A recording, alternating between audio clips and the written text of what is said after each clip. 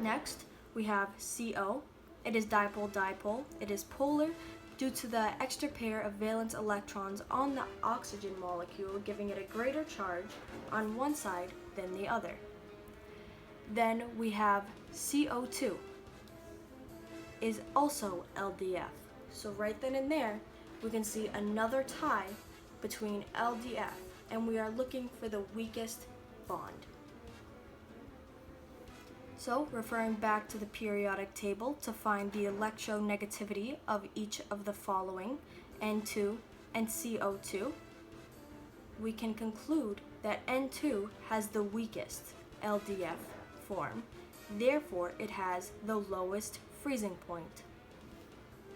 In order to find this, we can simply add up the atomic numbers, and add up the atomic numbers of each of the atoms presented in each of the molecules, and then the lower number has the lowest electronegativity and therefore the weakest form of the LDF bond in this case.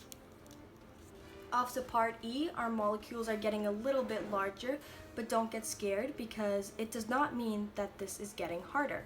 In fact, part E is much easier than part D. So in this, we are looking for the lowest boiling point.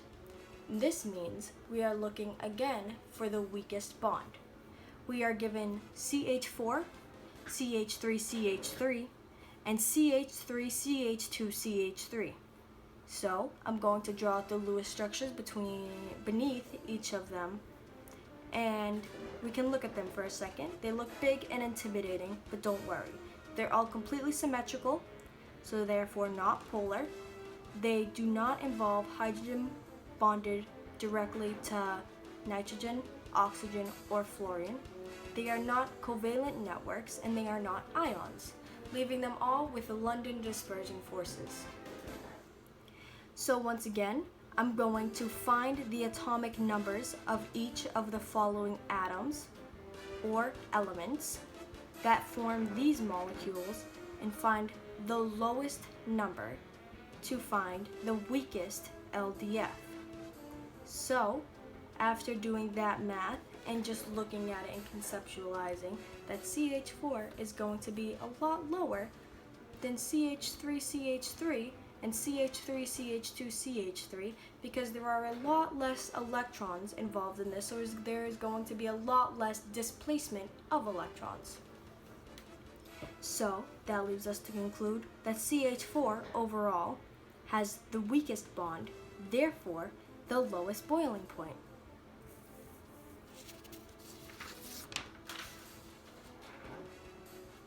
On to our last page, we have the highest boiling point. So we are looking for the strongest intermolecular force. We're seeing HF again. Here we have HCl and HBr. So we're going to draw out the Lewis structures for each right below. And we can see that we have hydrogen directly bonded to fluorine, giving us a hydrogen.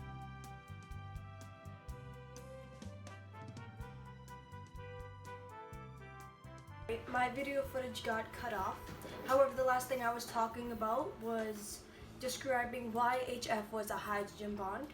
Now we're on to HCl, which is a dipole-dipole bond. This molecule is polar due to the imbalance of valence electrons positioned in this molecule. So as you can see, these valence electrons on Cl create a charge on one side, while H has no charge, making it a polar molecule.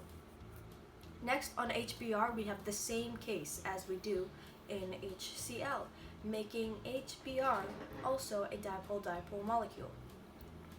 So because we were looking for the strongest intermolecular force, we have hydrogen positioned far above dipole because it is stronger. So due to the hydrogen bond, HF is much stronger and has a higher boiling point. Lastly, for G, we are looking for the lowest vapor pressure at 25 degrees Celsius. So once again, we are looking for the highest intermolecular force because we want to find something that is the farthest away from boiling at 25 degrees Celsius. So we have CH3, CH2, CH3, and we have CH3CO, CH3, and lastly we have CH3, CH2, CH2OH. So once again, I'm going to draw out the Lewis structures beneath each one, and I am going to identify which intermolecular force is in each substance.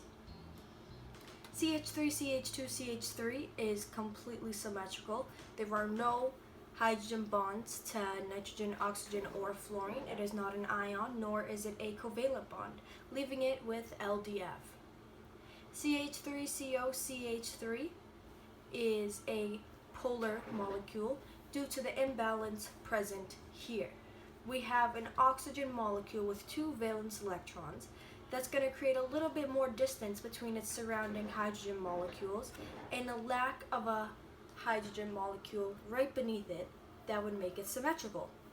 So because of this, there is an uneven charge that is unbalanced throughout the whole molecule, giving it a slight charge on one side as opposed to the other side, making it a dipole-dipole molecule.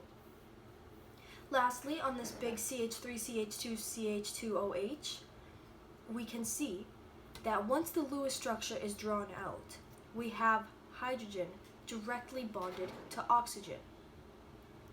So this makes it a hydrogen bond. So once we figure out comparatively how strong each IMF is compared to the other, we can establish that hydrogen bonding is the strongest bonding that is present, therefore leaving CH3, CH2, CH2OH as a molecule with the lowest vapor pressure at 25 degrees Celsius. Thank you.